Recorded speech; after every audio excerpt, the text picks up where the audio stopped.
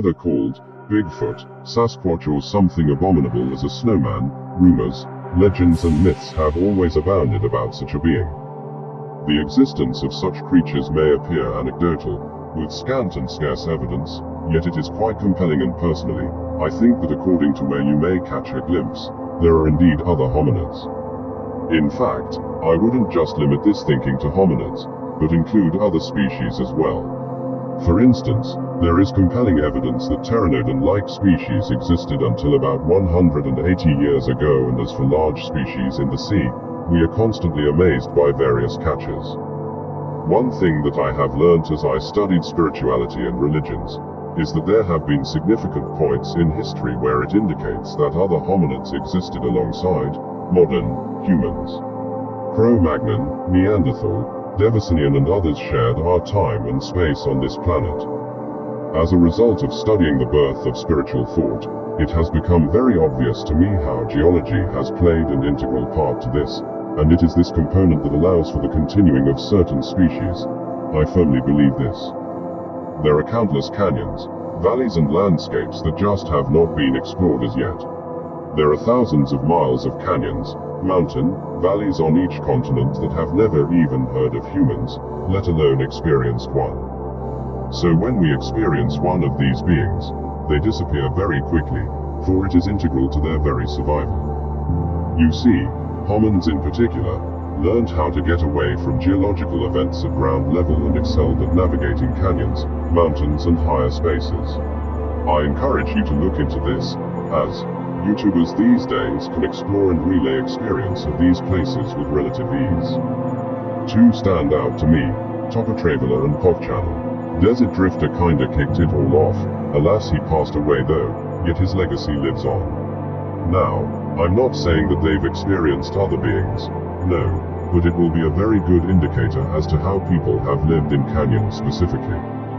You'll be amazed where tribes have lived, due to simply surviving.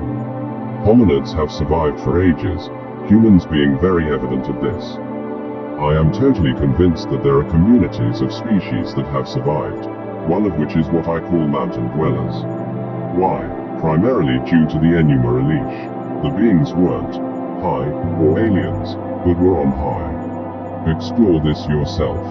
As such, my thinking is that in some parts of the world, the Himalayas, parts of Canada, Southwest Mid-America and South America in particular, houses very small groups of hominids which we identify as Sasquatch, Yeti and otherwise. I think that they are Cro-Magnon, due to the size. These mountain dwellers have adapted to secrecy and survived as hunter-gatherers. Occasionally, we encounter them if circumstances and conditions force them to hunt further afield. It makes sense.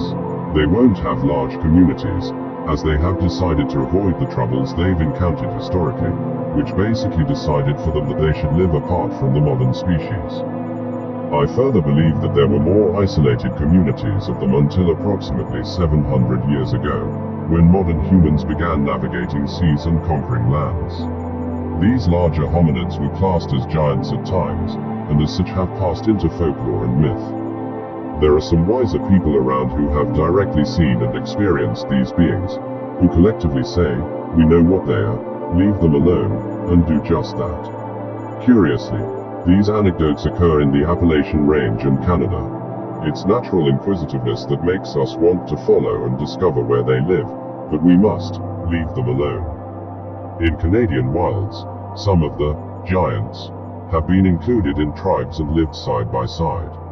In Navajo culture, their history predates actual Navajo existence, which sounds odd, but their history is of their ancestors, and their ancestors, who traveled and settled for hundreds of years before eventually becoming known as Navajo. They mention many things that we would not comprehend, and some do not talk of certain things with modern people. Again, I believe that this is to preserve certain ways of life and beings. In tales of giants, there are greater and lesser giants, the latter being more akin to mountain dwellers. The greater giants are typically related to mountain phenomena. There are times where the mountain is the giant. Then there are occasions where the greater giant is a metaphor, the best of which I can explain through a tale local to myself and where I once lived. In Sussex, UK, There is a region known as Devil's Dyke, which in a nutshell is explained in a myth about how the devil tried to flood the South Downs but was thwarted by a certain saint, so the dike appears incomplete, as it actually does when it is observed. The reality is that as a result of the Ice Ages, a deep valley was formed from the South Downs to, almost, the sea. At one point, it actually did reach the sea, but subsequent rise and dips of sea levels make it now appear that it falls short, slightly. So the greater giants are frequently metaphors or refer to a specific mountain that moves, landslides, etc., and these tales enforce the importance of staying away from these mountains, for the simple reason that they're unsafe. Lesser giants should not be confused with Nephilim, which I explain in another essay, The Two Trees, so I will not discuss them here. Lesser giants are typically larger hominids and/or humans. They feature in a lot of histories and sundry tales, and we can conclude, quite comfortably, that they existed, as they still do. I have known a giant myself, a real giant, but he is human and currently serving his country. Their height is unexplainable and they appear in multiple cultures, yet are indicative of genetics that relate to modern humans. There's lots of them, all over the place. Very famously, we know of Goliath in the Bible and more recently, Richard Keel, who played Jaws in the James Bond franchise of films. Any images you may have seen of ridiculously huge skulls and bones are predominantly fake. The skulls in particular, larger bones are more commonly associated with dinosaurs.